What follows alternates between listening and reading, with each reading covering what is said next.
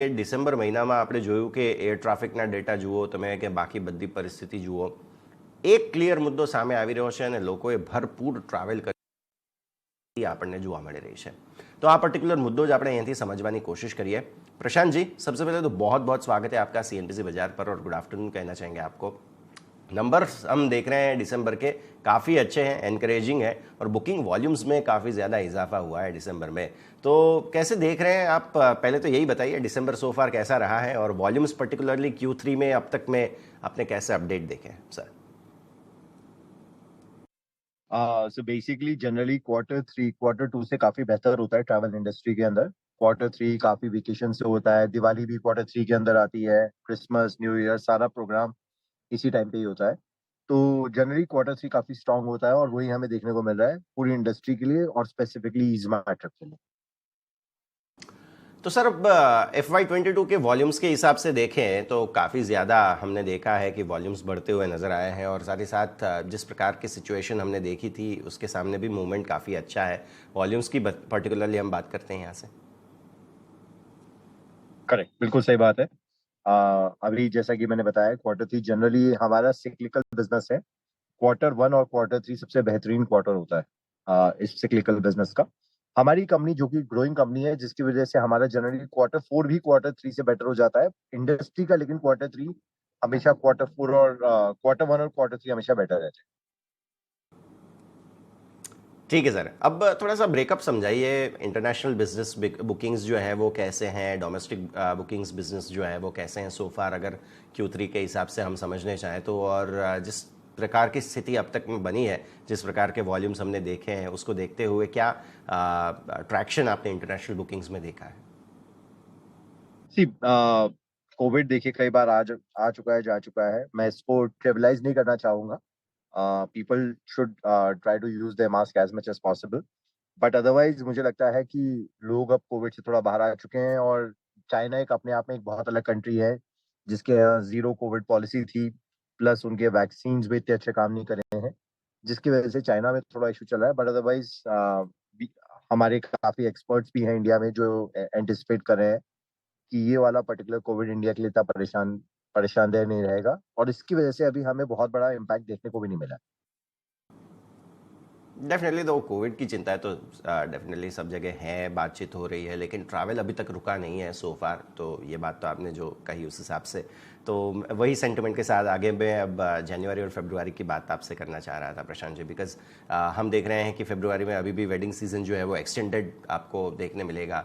इसके अलावा भी बाकी ट्रैवल के सारे रीजंस जो हैं वो हम देख रहे हैं, G20 वगैरह है तो उसकी वजह से भी काफ़ी ज़्यादा ट्रैवलिंग के एक्सपेक्टेशंस क्या देख रहे हैं आप जनवरी फरवरी के लिए? सी बेसिकली हमारे हिसाब से ट्रैवल अब पूरी तरह से खुल चुका है.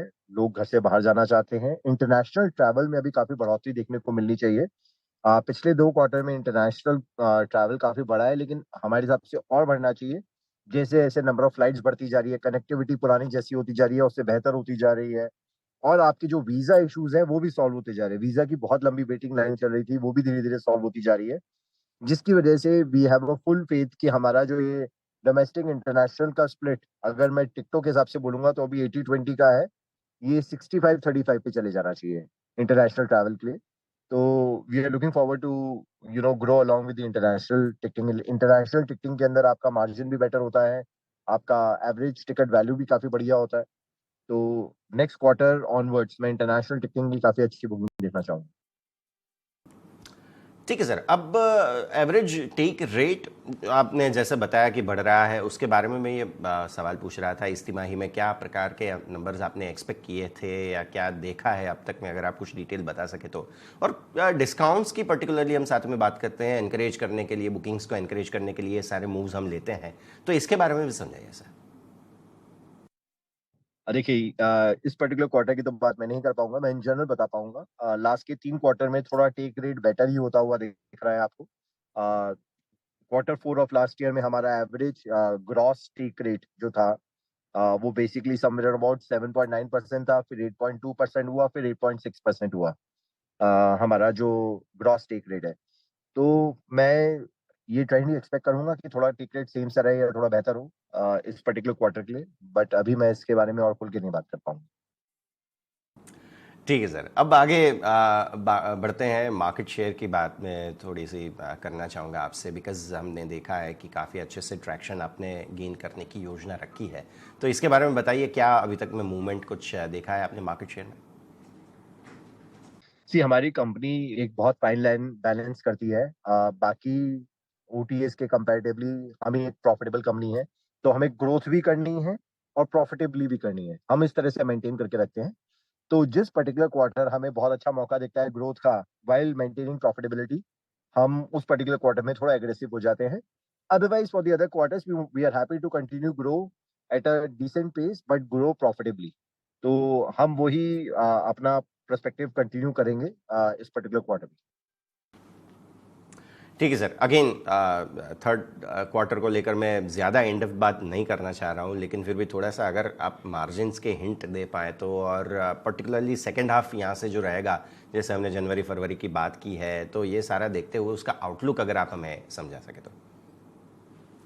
देखिए, लास्ट ईयर हमारा टोटल जो बिजनेस हुआ था वो हुआ था 3700 करोड़ का। टोटल जो जीबीआर था, ग्रॉस बुकिंग रेवेन्यू था, वो 3700 करोड़ था। हमने पहले आधे साल में 3690 ऑड करोड़ कवर कर लिया था। पहले आधे साल के अंदर ही उतना बिजनेस कर लिया था जितना पिछले पूरे साल में किया था। इस साल का हमारा टोटल एक्सपेक्टेशन अराउंड 7,500-8,000 के आसपास करोड़ के बिजनेस करने का है, which will be more than double of what last year is. और ये बात मैं पहले भी कह चुका हूँ। तो विद दैट एक्सपेक्टेशन हम कंटिन्यू कर रहे हैं ये क्वार्टर भी और नेक्स्ट क्वार्टर भी, and we are looking forward to grow this company to become the number one company in the next 3 years। Okay sir, definitely. और इसके अलावा मैं थोड़ा सा ये भी समझना चाह रहा था कि जो एक्विजिशन में भी हमने देखा है कि आपने काफ़ी अच्छे से मर्जर एंड एक्विजिशन की जो एक्टिविटी है वो भी काफ़ी बढ़ा रखी है, तो बताइए। और कोई नए एरिया आप देख रहे हैं कि जहाँ पे एम&ए एक्टिविटीज़ आप और करेंगे? सो जैसा कि हमने बताया कि कंपनी ऑलरेडी एयर ट्रैवल में बहुत स्ट्रांग है। नॉन एयर ट्रैवल जो कि होटल हो गया, हॉलीडेज हो गया, बस हो गया, ट्रेन हो गया, चार्टर एयरप्लेन्स हो गया, इसके अंदर कंपनी ग्रोथ करना चाहती है और इसके एवज में हम एक्विजिशंस कर रहे हैं। हमने टोटल 3 एक्विजिशन कर ली हैं, मल्टीपल और एक्विजिशंस प्लान है कंपनी के लिए। और कंपनी ऑर्गेनिकली और इनऑर्गेनिकली दोनों तरीके से ग्रो करना चाहती है। जो हम एक्विजिशंस कर रहे हैं उसके लिए हमारी बहुत क्लियर एक्सक्यूज मी अंडरस्टैंडिंग है।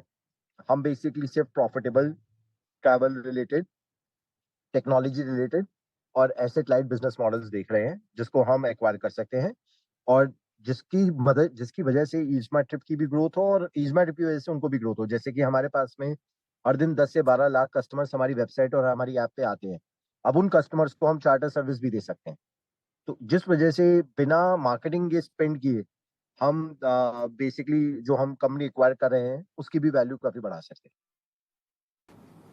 Okay sir, definitely. तो ये सारे मुद्दे हम ज़रूर ध्यान में रखेंगे सर। आप हमारे साथ जुड़े रहना।